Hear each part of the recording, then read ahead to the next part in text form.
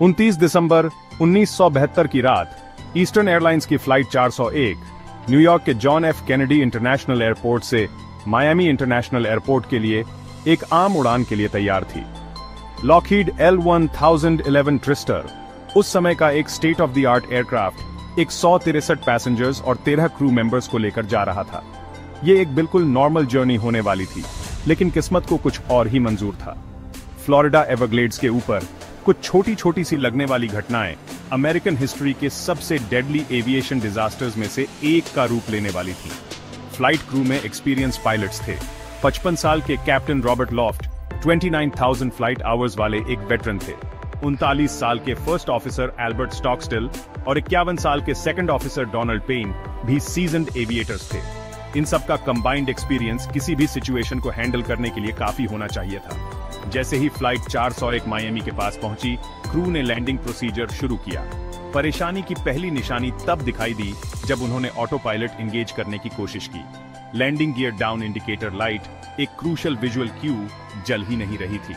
इसका मतलब था कि 3 लैंडिंग गियर सेट्स में से कम एक नोज, लेफ्ट विंग या राइट विंग लैंडिंग के लिए प्रॉपरली डिप्लॉयड नहीं था। क्रू के सामने एक सीरियस इश्यू था, लेकिन ऐसा नहीं था कि तुरंत कोई बड़ी मुसीबत आ जाए। लैंडिंग गियर प्रॉब्लम्स आम बात थीं और ट्रबल शूट और रिजॉल्व करने के प्रोसीजर्स भी थे। पायलट्स ने पहले कंफर्म करने की कोशिश की कि क्या गियर वाकई नीचे नहीं है। उन्होंने landing gear position indicator cockpit के लेफ्ट साइड में मेन विंडशील्ड के बाहर लगा एक छोटा सा, अक्सर अनरिलायबल डिवाइस विजुअली चेक किया। इंडिकेटर दिखा रहा था कि गियर डाउन है, लेकिन उन्हें यकीन नहीं हुआ। क्रू ने मायामी में एयर ट्रैफिक कंट्रोल को अपनी सिचुएशन के बारे में बताने का फैसला किया और एवरग्लेड्स के ऊपर सर्कल करने का रिक्वेस्ट किया, जब तक कि वे प्रॉब्लम को इन्वेस्टिगेट कर लें। एयर ट्रैफिक कंट्रोल ने उनका रिक्वेस्ट मान लिया और फ्लाइट 401 एक होल्डिंग पैटर्न में एंटर कर गई। पायलट्स का ध्यान मैलफंक्शनिंग इंडिकेटर लाइट पर ज्यादा ही जाने लगा।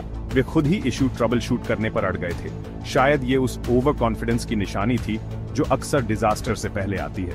उन्होंने सर्किट ब्रेकर्स पुल किए, लाइट बल्ब्स बदले और कई सारी एक्टिविटीज में लग गए, और इसी दौरान अंधेरे में सर्कल करते हुए उनकी हाइट कम होती जा रही थी।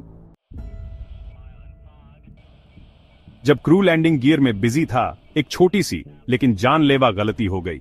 उन्हें पता ही नहीं चला कि लैंडिंग गियर इंडिकेटर लाइट को ट्रबल शूट करते हुए ऑटो पायलट डिसएंगेज हो गया था।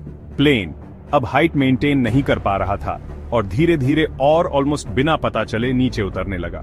L-1011 के कॉकपिट में उस समय की एडवांस टेक्नोलॉजी के हिसाब से एक क्लैकर था जो ऑटो पायलट डिसएंगेज होने पर बजता था।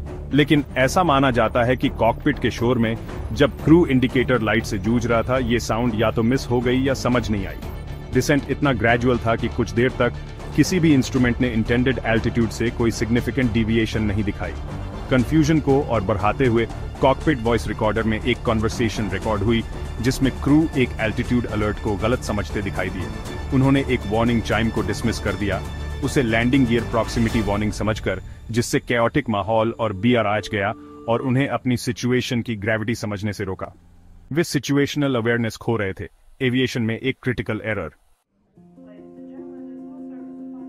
रात 11:42 पर होल्डिंग पैटर्न में 20 मिनट से ज्यादा समय बिताने के बाद फ्लाइट 401 एवरग्लेड्स में पेड़ों की टॉप से टकराई और तेज स्पीड से स्वैम्प में क्रैश कर गई।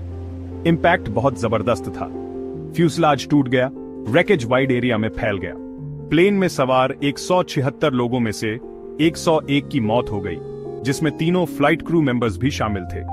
हैरानी की बात है कि 75 लोग बच गए। उनके बचने का credit relatively flat impact angle और रॉबर्ट बर्ड मार्किस, एक एयरबोट रेसर जिसने क्रैश देखा और तुरंत मौके पर पहुंचकर सर्वाइवर्स को रैकेज से बाहर निकाला, के हीरोइक एफर्ट्स को जाता है।